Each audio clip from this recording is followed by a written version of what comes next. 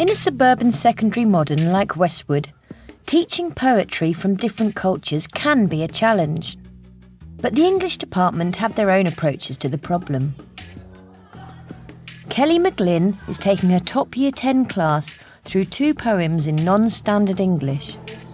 Faye, Ashley.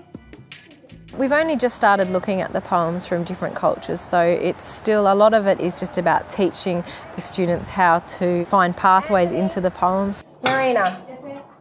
So you need to open your book to page 12 and you need to write from unrelated incidents in your yellow notebook, please. I'd like to be focusing on poetry that was really relevant to them and like them bringing me poems that they were interested in and looking at those. But it is assessment driven and we do have to, stick within those boundaries. Tom Leonard is from Glasgow. He's proud of his cultural background, which he exhibits most noticeably through his accent and dialect. So in your books, can you quickly jot that bit of information down for me so when we go back to revise, we'll have a little bit of understanding about the context of the poem. So what we're going to do is have a quick look at a video that basically goes out and takes the poem to the streets of Glasgow and asks everyday people out on the street to listen to the poem and then gets their ideas about what they think the poem is about. This is the 6 o'clock news, the man saying. The reason I talk with a BBC accent is because you wouldn't want me to talk about the truth with a voice like one of you scruff. If I talked about the truth like one of you scruff, you wouldn't think it was true. Just one of you scruff talking. Can I ask you what you think the poem's about and why the poet wrote it? The way people talk and like the way the way people take them by the way they speak. He must obviously have been fed up of hearing the English accents on television and maybe thought that this was his way of getting his own back and his way of saying put some Scottish accents on the TV. I've just started speaking how I want to speak. Folk they take you differently, but that's their problem.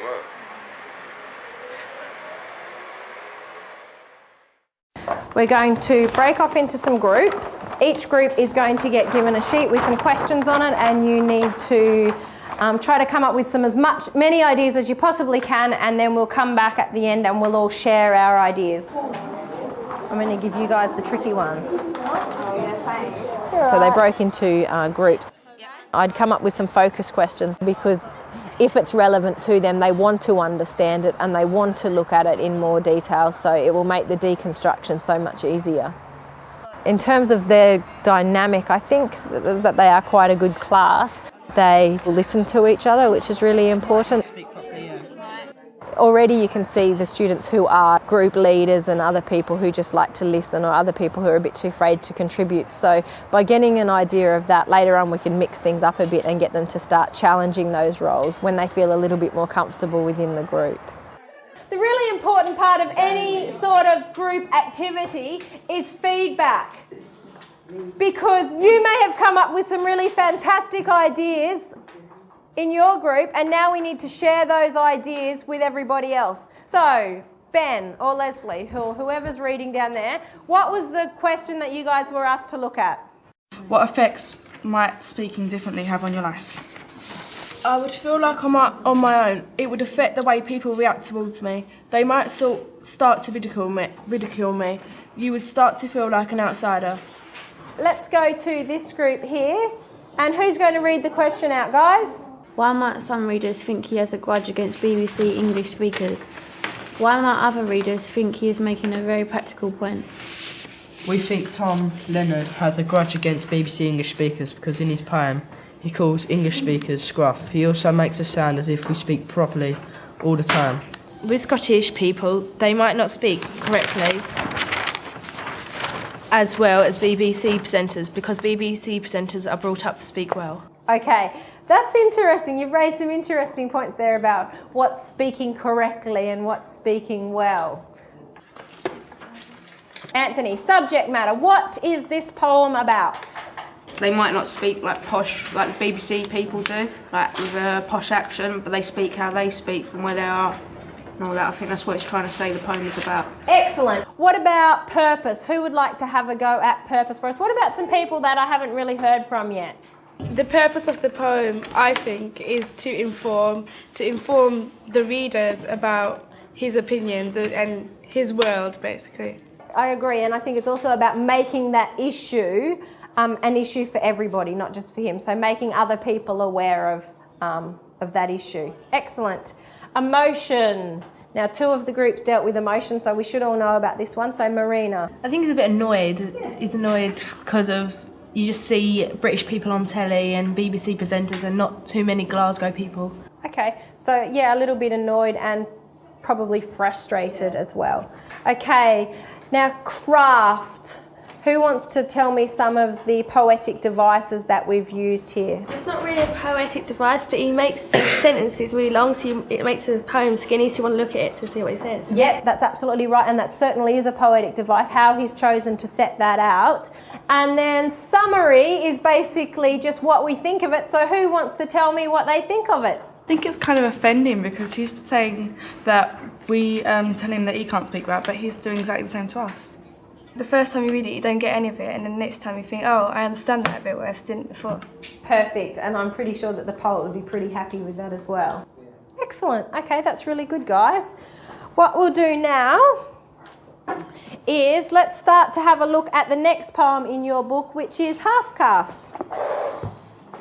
Excuse me, standing on one leg, I'm half caste. Explain yourself what you mean when you say half caste. I try to use as many different resources in the classroom as possible, just I guess to break things up and again to cater for those different learning styles. Some people are more than happy to just read the words off a page and that's the best way to get it into their heads, but other people need to see it performed for it to have that same impact. But come back tomorrow with the whole of your eye and the whole of your ear and the whole of your mind, and I will tell you the other half of my story. What did you think? He did it more like a song than a poem. Yeah, and I guess that's when we're talking about performing poetry, that really comes across, doesn't it? That it is a real performance. Who's heard of the term half caste before? Is that thought to be in Britain an offensive term? Yeah, okay. We've got here the half caste canvas and we've got the half caste weather.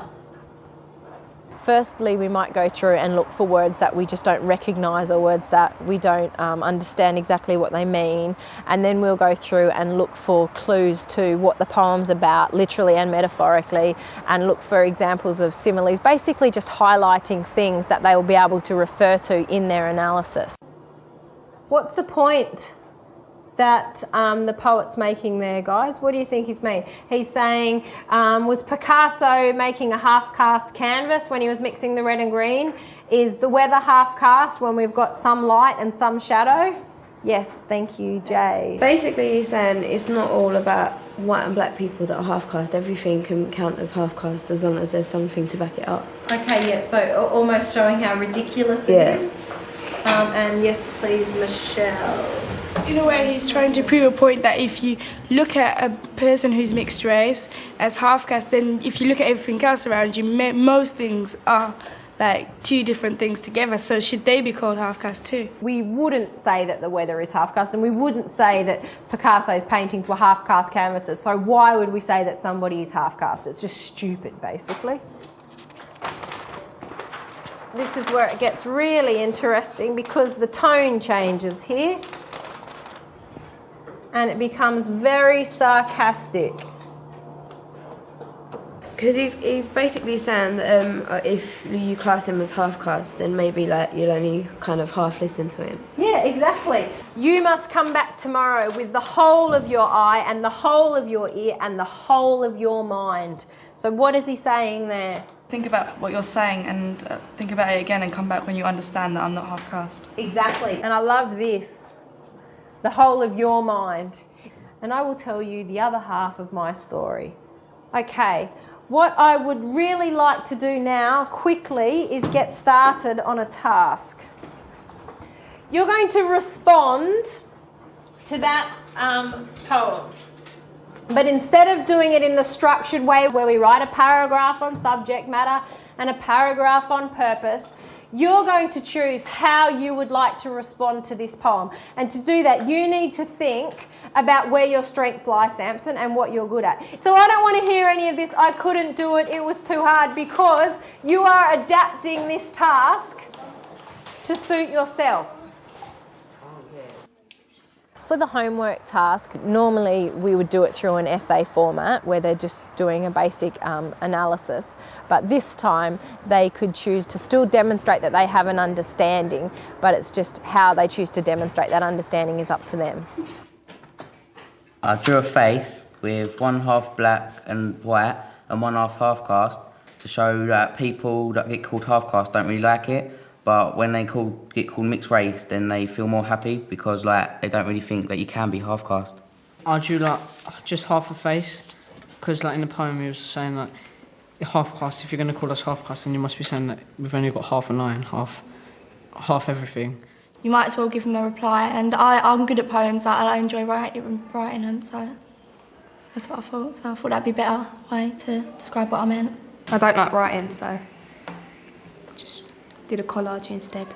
All I did was coloured in the black lines and stuck pictures of just black and white on it to show that half caste is black and white put together. And I wrote a poem and asked my friend to draw me a picture because I'm not very good at drawing. I got ideas from different verses of the poem, and then inside I kind of did my own reaction to it. I wrote a poem because I like writing, and I wrote it in the same style as the person that wrote it. I thought if I wrote it as an essay, it'd be a bit boring, and I didn't really have that much time, so I thought I'd write it as a poem instead. I say what I see, two races in one human being. To me, it's common sense, but I see it makes you tense. Half caste, not half a person. To enjoy two cultures, it's good, I reckon. Both worlds you get to taste because of the uniqueness of your race. Well, with beauty, your race is blessed, or because two races met. I understand what you mean when you mention the sky. As half-caste weather, it seems a lie. I understand what you mean when you speak of symphony. This music can't be half-caste, just like you and me. I understand what you mean, don't you insult me. I understand what you mean, and I can see it clearly, with the whole of my eyes, with the whole of my mind. I think you'll find, with the whole of my hand, I understand. I was surprised at some of the things that they pulled out of the poems that they actually understood. They took things a step further than I probably would have hoped them to do. Because all of the skills that we're using are still quite new in terms of the deconstructing a text, I really want them to be, increasing their understanding of that every time we use it. So I think that that's really important, because at the end of the day, when they go into the exam, that's what they're going to be asked to do, to deconstruct a text. Sometimes the things that they come up with were ideas that hadn't even occurred to me yet, so it's quite enjoyable for me as a teacher because I'm learning things as well from them.